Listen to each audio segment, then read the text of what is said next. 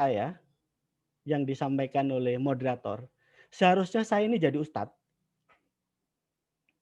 tapi saya gagal jadi ustadz. Lulusan pesantren, mondok lagi di pesantren tinggi ilmu dakwah dan fikih, tapi tetap nggak jadi ustadz. Lulusan sarjana hukum pun nggak jadi hakim, jaksa, apalagi pengacara. Lulusan sarjana pendidikan pun saya nggak jadi guru dan nggak jadi kepala sekolah. Akhirnya lontang-lantung nulis novel dan cerpen, kira-kira begitu. Bapak Ibu sekalian yang berbahagia, ada beberapa hal kenapa saya menulis novel ini. Yang pertama, dalam sejarah mainstream, cerita tentang dekade pertama berdirinya Majapahit itu belum ada yang versi Tuban. Semuanya versi Trowulan, Majapahit. Belum ada yang versi Tuban. Yang saya maksud adalah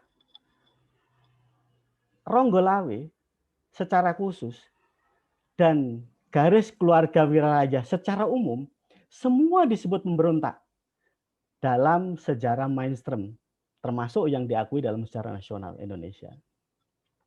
Belum ada cerita apa yang melatar belakangi perlawanan Trah Wiraraja ini. Baik yang dilakukan oleh orang Gelawe, dilakukan oleh Sora, dilakukan oleh Nambi di Pajarakan, Lumajang. Belum ada yang memberikan perspektif lain.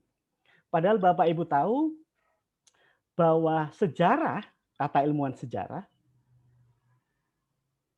itu tulang punggungnya adalah politik. Politik itu tulang punggungnya sejarah. Jadi membaca sejarah, salah satu perspektifnya adalah perspektif politik. Itu yang coba saya pakai. Jadi saya mencoba untuk memberikan perspektif yang lain dibanding dengan perspektif mainstream sejarah Indonesia dalam subject matter berdirinya Majapahit dan pemberontakan di dekade pertama Majapahit. Itu yang pertama.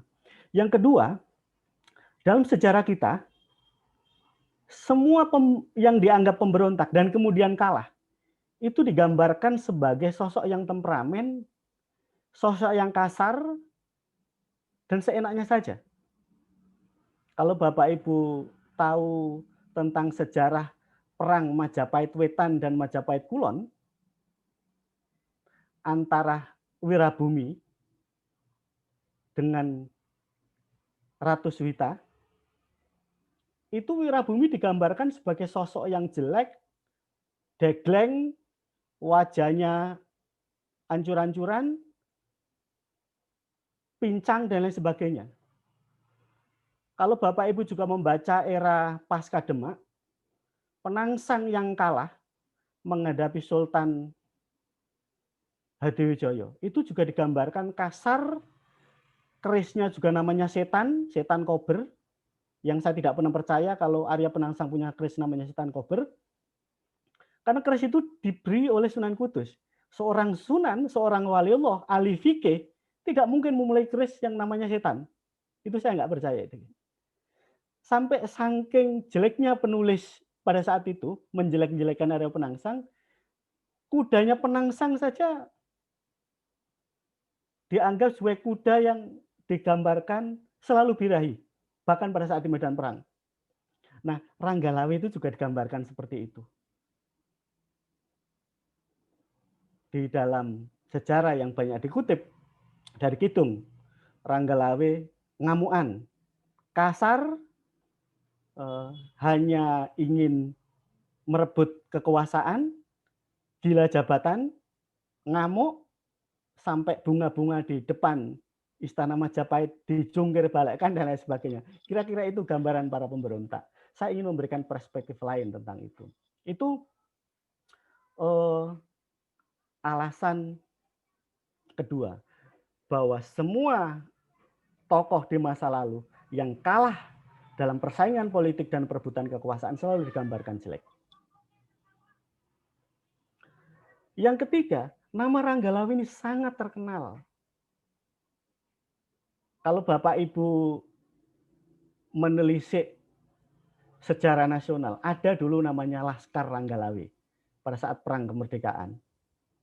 Sampai sekarang nama Ranggalawe ini digunakan klub-klub sepeda, klub motor, klub penulisan, ini namanya Ranggalawe.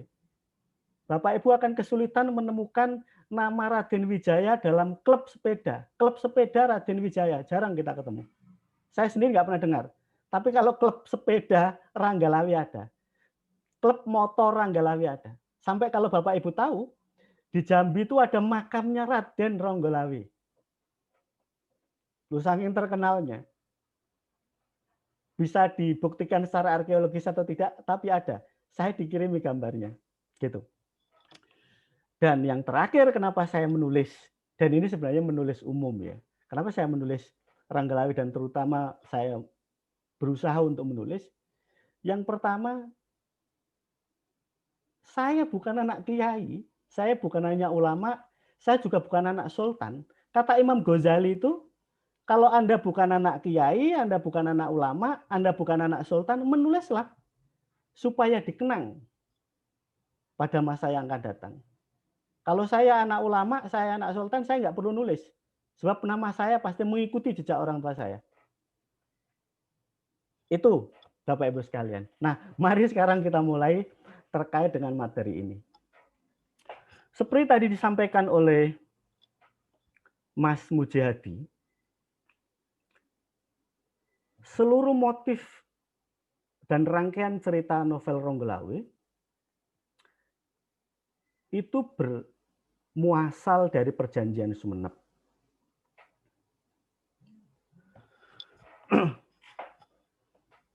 Saya juga ingin sekedar menampilkan data, juga termasuk mungkin nanti para pakar sejarah yang ada di Tuban membicarakannya. Saya mulai dari bupati pertama.